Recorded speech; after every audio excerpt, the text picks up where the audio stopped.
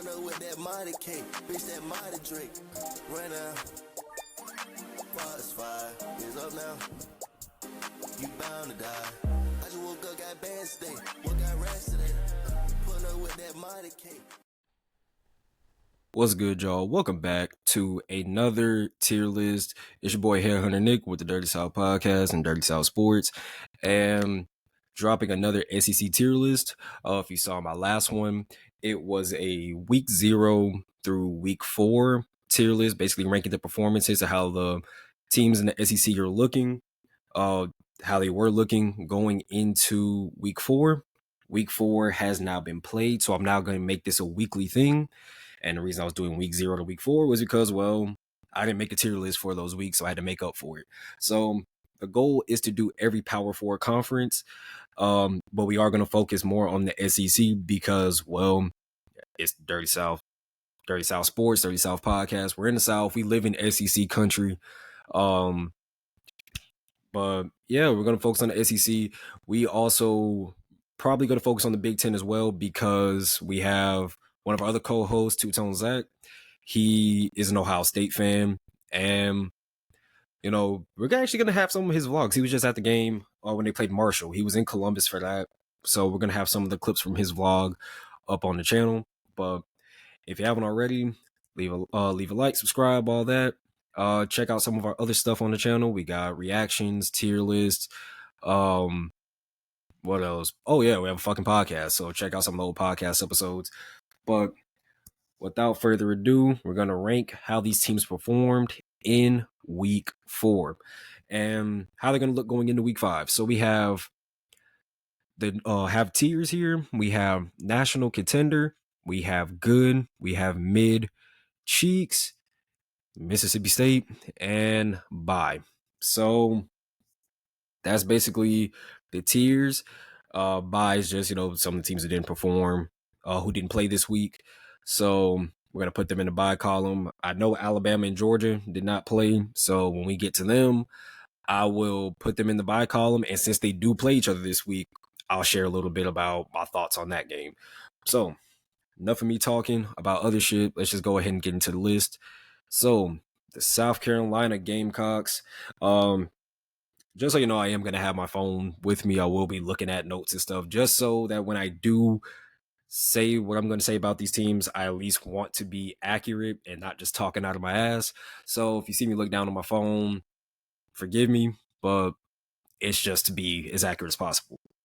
So South Carolina, they blasted Akron this week, 50-7. They are now 3-1 on the season. And their one loss being that game where they got hosed by the refs against LSU. But, can't fully blame the refs on that one because at the end of the day, you got to make the kick to tie it up. So while the refs did play a part in it, they had their chance. So that's their one loss. One thing I'll say about South Carolina is that they have, especially offensively, they have a unit. And they're looking good defensively, too, surprisingly. I was not expecting South Carolina to look as good as they have been looking on defense this season. And, this is a dark horse team in the SEC. If they can stay healthy and stay consistent, you're looking at a team that could be knocking on the door of the SEC championship. I don't think they'll get there, but I think they're going to be pretty damn close. All right.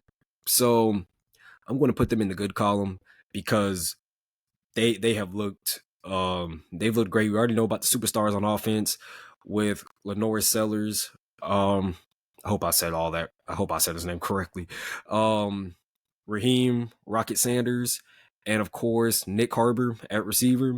And just like in real life, just like in the video game, they're looking that good in real life as well. So I'm actually impressed with what I've seen from South Carolina.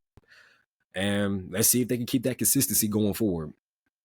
All right. So the Arkansas Razorbacks, they went into Auburn. Went into Auburn. And I think this is in alphabetical order down there, if I'm not mistaken.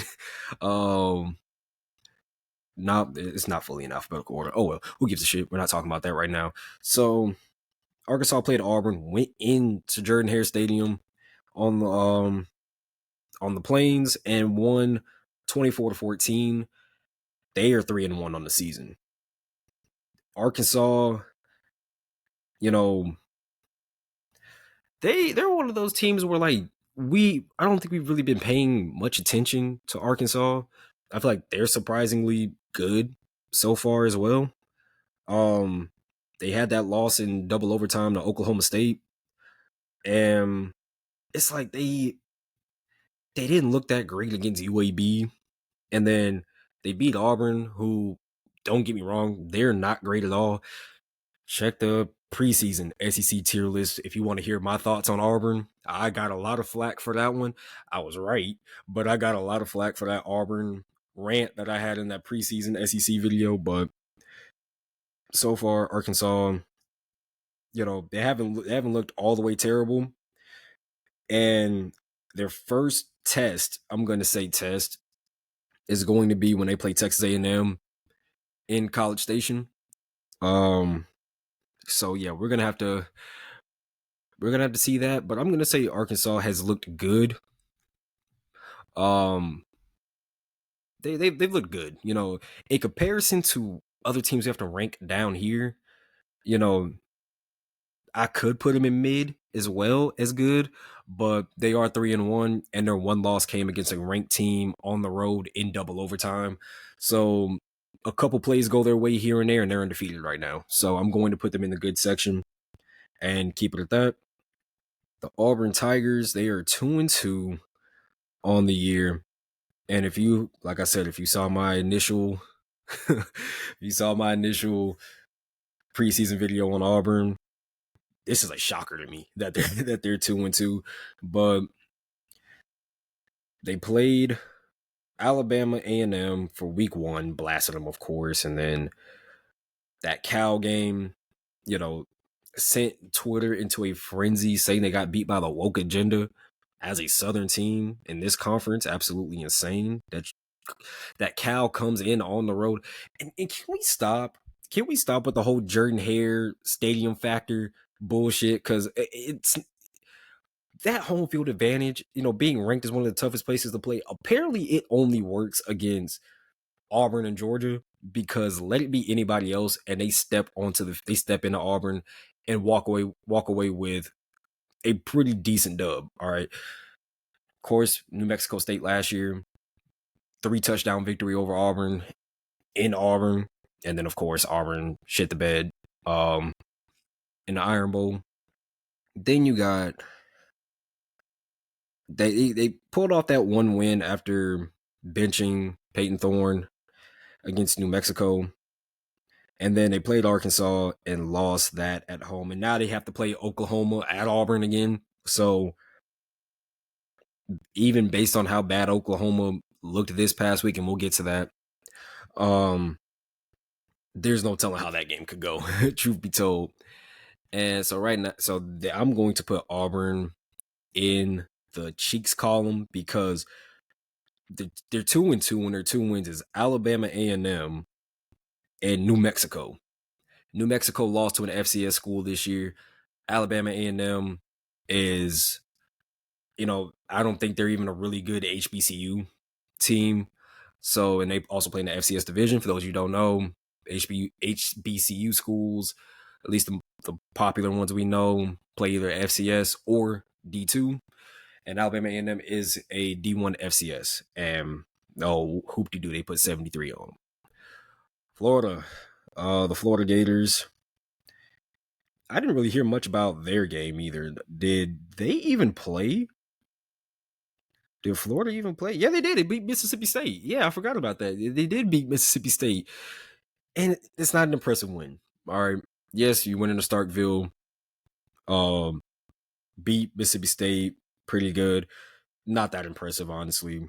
2-2 on the year. You played a borderline FCS school in Mississippi State. Yeah. Sanford and Mississippi State being your 2 wins, you're in the cheeks column, brother. Hate to break it to you. And no, this is not any Georgia fan bias. Yes, I am a Georgia fan, for those of you who don't know. This isn't any rivalry bias or anything. They're just not good. All right. And I miss when Florida was good, because it made our rivalry more exciting. All right, I miss when Florida was good. I want Florida to be good every year, so that when we do beat them, it's a more notable win. But we could beat Florida by fucking 40 or 50 this year, and it won't matter. So moving on, Mizzou, the Missouri Tigers. Here's the thing, man. They went into a battle with Vanderbilt. Yes, Vanderbilt. They're 4-0. All right. So obviously, I don't see them as a national contender, but I have to put them in the good column because they are undefeated. They're one of the few teams in this conference that are still undefeated. So I have to put them in the good column, even though they barely escaped a win against Vanderbilt. And here's the thing with Missouri. They're the closest team. They're in the good column, but they could very easily be in the mid column. They really could be. Barely beat Boston College and the week before. And don't get me wrong, Boston College is not bad, but I think Missouri is a level better than Boston College. And barely won that. And then you go to double overtime of Vandy at home, by the way. So they could very well be in the mid column, but they managed to escape that. Kentucky. All right. So Kentucky's a tricky one here. They're 2-2, but one of their losses is Georgia. All right. One of your losses is Georgia. The other loss was a complete ass whipping by South Carolina. I don't know what to say with this team. All right. Now, this is the team that's the closest between good and mid. All right. Because they blew out Ohio, but they went to war with Georgia. And a couple plays go their way and they win that game. Or if Mark Stoops isn't the head coach, they win that game. And it's like you got that, but all your other wins, but your two other wins, they're blowouts against lesser opponents. So even though they're 3-1, I feel like they're the one team that definitely is mid. And yeah. Kentucky's a weird team. They'll battle against, Georgia and then beat some, lowly competition. But this is a going into week 5 kind of deal. So that LSU, they played UCLA. They won 34-14, 34-17, excuse me. And LSU so far, they got the one loss to USC, which shouldn't have happened, but it did. But since then, they blew out Nichols, and then they were handed a win against South Carolina, and then they played UCLA and beat them pretty good. 3-1. I don't know. I don't know. I feel like here's the thing. They played competition. They played actual competitive team and lost. So I'm gonna put them in mid for right now. I think they can definitely ascend to the good column, but right now they're mid. And yeah. Ole Miss. They are undefeated too, I believe. I believe they're still undefeated. Yes, they are 4-0. They blew out Georgia Southern. All 4 wins have been blowouts, but I don't think they played anybody. They have played no one so far. All right. So I do have to put them in the good column. And even though they're number 5, I don't see them as national contenders yet because they haven't played anybody. You played Furman, Middle Tennessee, Wake Forest, and Georgia Southern. All right. And not the Georgia Southern we're used to. This is a whole different program down in Statesboro now. They're not that option team that would scare the shit out of you if you saw them on your schedule. They're doing this air raid bullshit down there. I don't know why. I think that pistol option that they were running, and they were running it to perfection, that was working. The only problem Georgia Southern ever had was on the defensive side of the football. So they would score 20, 30 points and give up 40 or 50. So that was Georgia Southern's problem. But that's back then. This Georgia Southern team is a very good. They beat a bunch of nobodies, beat the shit out of a bunch of nobodies. So right now, they are in the good column. The Tennessee Volunteers, they were 4-0. on Rocky Top, they have proven themselves to be a national contender so far. All right. Undefeated. Yes, they've blown out lesser opponents, but they're putting 60 and 70 points on these guys. They played a ranked North Carolina State team, and I get it, North Carolina State, now doesn't really seem like much. And trust me, I understand that. Blew them out at home. Well, not at home. It was a neutral site game, excuse me. Blew them out. And then they played Oklahoma, their first test, their first like real test of the year, and handled them pretty well. Like that game was not as close as the score indicates. It was 25-15. Game is at Oklahoma, and that game was not as close as it seemed. I watched a good portion of that game, and Tennessee is going to be our first national contender on this tier list so far. That is a really good football team, and we have to wait and see how they do against Alabama and Georgia. That's, of course, those are the big games everybody has circled, ready to see how they perform against those teams, and hopefully they can stay consistent and not slip up, anywhere, because that is a common thing that happens in college football as well. Good start, slip up, and then got to play two tough teams and absolutely get knocked out of contention. So let's see how Tennessee does from there. Texas A&M, they are 3-1, escaped Bowling Green 26-20, and I mean barely escaped Bowling Green. They beat, their other wins. They lost to Notre Dame, who lost to NIU, but I try not to look too much into that because college football is weird. So yeah, because Notre Dame ended up blowing Purdue out like 66-7 the next week. But A&M, they have losses to Notre Dame and not Florida. They did not lose to Florida, but their one loss came to Notre Dame, and every other win has been against nobodies. And I feel like they're as many as it can get. You beat Florida, who isn't doing anything right now, got a coach on the hot seat, and you beat McNeese and escaped Bowling Green barely by the skin of your teeth. They play Arkansas this week, and that's gonna be an event, honestly. So we got to see how that goes. That 12-man shit is out the window. That crowd, apparently, I think it's pretty overrated. I think that whole 12-man thing is overrated. The crowd itself, yes, they are very hype and everything. They got that damn Aggie holler, yeah, whatever the hell they call it down there. And then they, but the football team just isn't as inspired as the fans. So that's the deal there. So waiting to see a movie between A&M and Arkansas there. Okay, we can move along these pretty quickly. So Alabama and Georgia, they are about to play each other this weekend, right? And as a Georgia fan, of course, Alabama is always the one team that scares the shit out of me. Year in, year out, they have tortured me since I was 11? Since I was a child, they have literally tortured me year in and year out, and I don't know how to feel about this game. Now, here's what I will say. I would say Georgia has always, and I'm being serious here. Every time Bama plays Georgia, Georgia has always had the better team. All right. Georgia, they always have the better team than Alabama. Alabama just always has a better coach. That was the thing.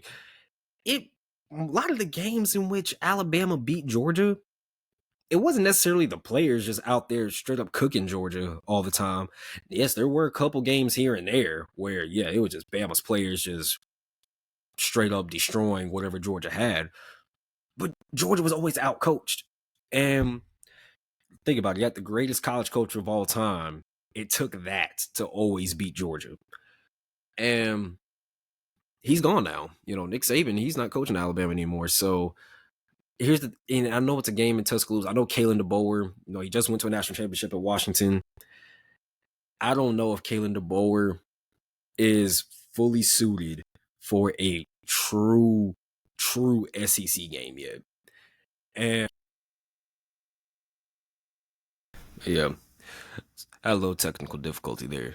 But yeah, I don't know if Kalen DeBoer is honestly ready for the competition that the true SEC game will bring.